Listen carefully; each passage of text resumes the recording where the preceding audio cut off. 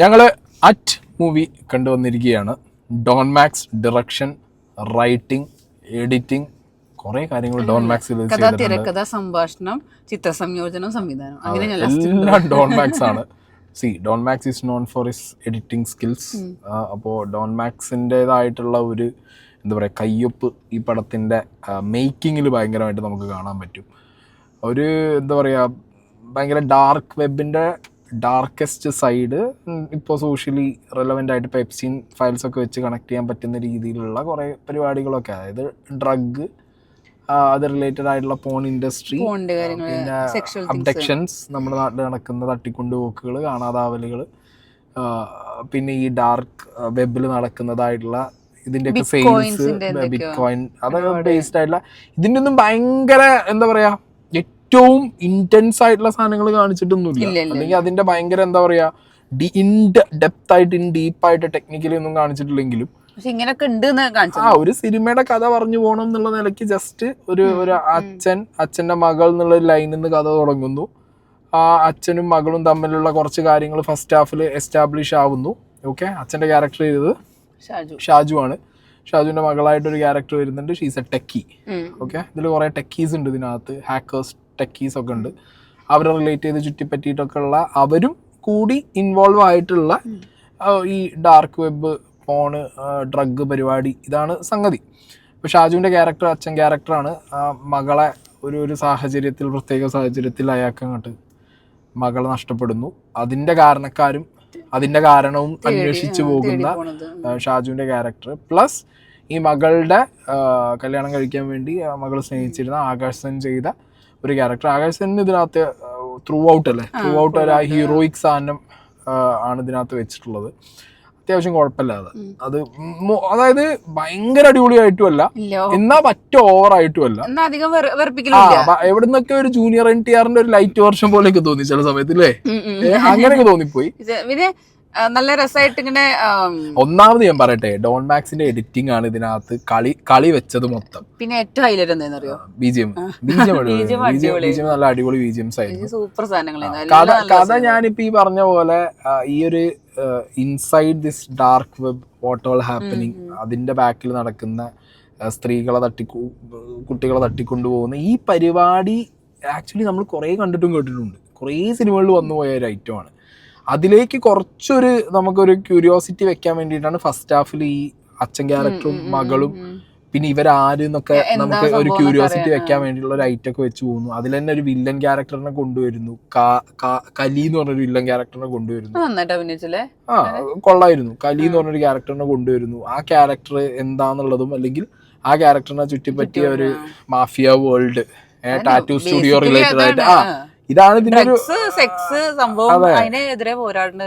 അങ്ങനത്തെ ഒരു സംഗതിയായിട്ട് ഇത് ഫസ്റ്റ് ഹാഫ് മൊത്തം. ഫസ്റ്റ് ഹാഫ് വാസ് ഓക്കെ, പക്ഷെ സെക്കൻഡ് ഹാഫ് മോനെ വലിഞ്ഞ് നീണ്ട് കാരണം ഫസ്റ്റ് ഹാഫ് കാണുമ്പോഴും ഈവൻ ഡോൺ മാക്സിന്റെ എഡിറ്റ്സ് ആണെങ്കിലും ആ പടം പോകുന്നൊരു പേസ് ഭയങ്കര ഓക്കെ ആയിരുന്നു എനിക്ക്. കാരണം അതിനകത്ത് തന്നെ നമുക്ക് എന്താണ് ഒരു ക്യൂരിയോസിറ്റി, അങ്ങനെ പീക്കൊന്നും ഇല്ലെങ്കിലും ചെറുതായിട്ട് നമുക്ക് എന്താ എങ്ങനെയാന്നുള്ളതൊക്കെ ഒന്ന് കണ്ട് ഓക്കെ ഫീലിങ്ങിലായിരുന്നു.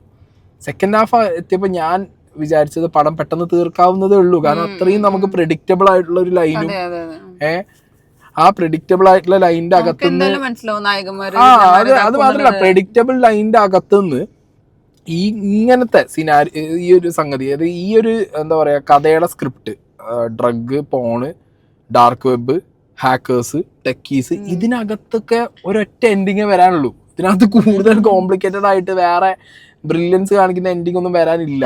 സെക്കൻഡ് ഹാഫിലൊക്കെ ഇങ്ങനെ ഫാമിലിന്റെ കഥയൊക്കെ നോക്കുന്ന സാധനം തന്നെ ഒരു 10 മിനിറ്റ് ഇങ്ങനെ നോക്കുന്ന സാധനം കാണിക്കുക.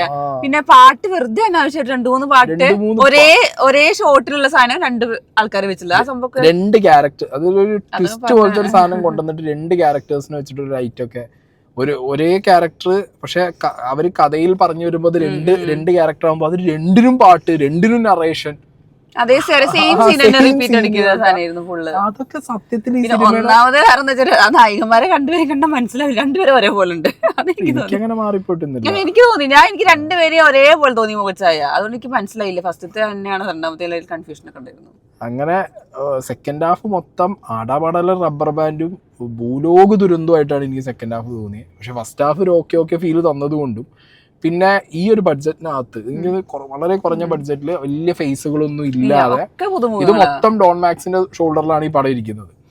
അതുകൊണ്ട് അതൊക്കെ വെച്ച് കമ്പയർ ചെയ്യുമ്പോൾ ഇവിടെ പല വലിയ പൈസ ഇറക്കിയ ബോംബുകൾ അതിഭീകര ദുരന്തമാവുന്ന സ്ഥലത്ത് മേക്കിംഗ് കൊണ്ടും മേക്കിംഗ് ക്വാളിറ്റി കൊണ്ടും ബാക്കി ഇതിന്റെ ടെക്നിക്കൽ പരിപാടികൾ കൊണ്ടും BGMസും ബാക്ക്ഗ്രൗണ്ട് അതൊക്കെ കൊണ്ട് ഈ പടം ബാക്കി ഇങ്ങനത്തെ ബോംബ് പടങ്ങളെ വെച്ച് നോക്കുമ്പോൾ this is okay.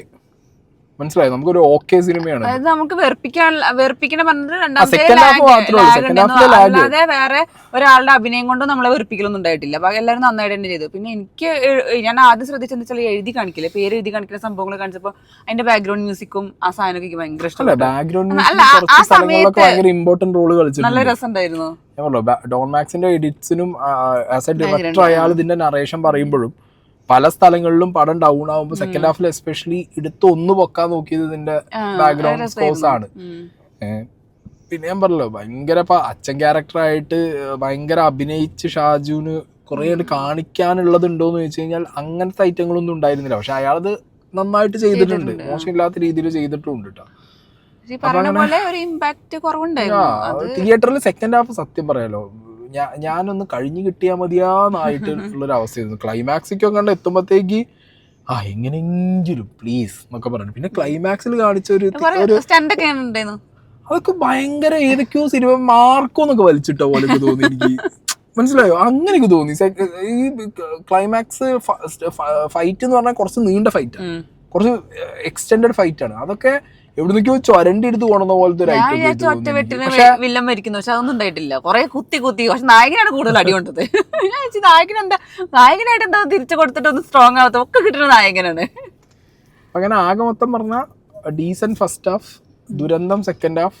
But comparing to other വലിയ ബിഗ് ബഡ്ജറ്റ് സാധനങ്ങൾ മൊത്തത്തിൽ this is a okay movie. നിങ്ങൾക്ക് തിയേറ്ററിൽ പോയിട്ട് കാണാൻ പറ്റും. ഞാൻ പറയുന്നു ഒരു എക്സ്പെക്ടേഷൻ വെക്കില്ല, just N okay movie. Okay move ആയിട്ട് കയറി കഴിഞ്ഞാൽ നിങ്ങൾക്ക് അങ്ങനെ കാണാൻ പറ്റും. ഓക്കെ, അത്രേ ഉള്ളൂ.